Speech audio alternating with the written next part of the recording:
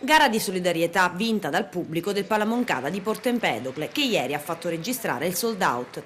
Circa 1800 i biglietti venduti per assistere alla serata evento extra, il cui ricavato è andato ai poveri della missione di Speranza e Carità di Biagio Conte e all'associazione Volontari di Strada. Sentirsi accolti così e amati, eccoci carica e ci dà la forza per ritornare speditamente in missione e dare una mano ancora con più forza.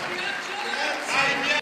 Una manifestazione arrivata alla sua seconda edizione, presentata nuovamente da Salvo La Rosa, ma questa volta con a fianco Massimo Minutella. Organizzata nei minimi dettagli da Mario Pardo e Lellano Alfino, qui nella veste anche di leader dei Tintoria e showman.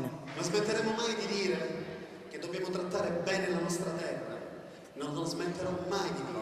Voglio dire alle persone più grandi che sono stati abituati un po' male, che il diritto di proprietà non si estende al cancello di casa propria. Questa terra ci appartiene tutta, le strade che percorriamo, quello che facciamo, quello che diciamo, l'aria che respiriamo, e bisogna trattarla come casa nostra. Se no un giorno, a monnezza che produciamo, saremo costretti a mangiarcela, e non è una bella cosa. Noi dobbiamo lasciare questo mondo a chi deve arrivare meglio di come l'abbiamo trovato noi.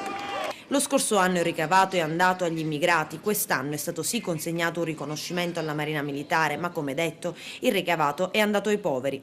Sul palco della solidarietà, da un coro gospel al gruppo del Valdacragas, Dioscuri, Tintoria e Anellino, poi ancora Marco Ligabue, Mesolella, Mario Venuti e gran finale con la serata Coccio da Muri di Lellano Alfino, cantata a sorpresa da Valentino Picone, che insieme a Ficarra l'ha voluta come colonna sonora del loro ultimo successo cinematografico. Sono emozionato.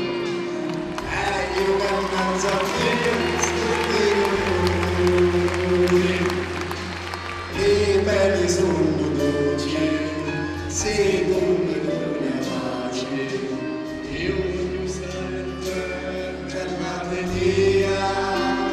Ospite d'eccezione della serata concerto, l'esperto e appassionato di musica Red Ronnie, giornalista ed editore che ha realizzato delle riprese della serata e si è detto colpito da Agrigento. Durante la serata ricordati anche Cesco Tedesco e Giovanni Alessi.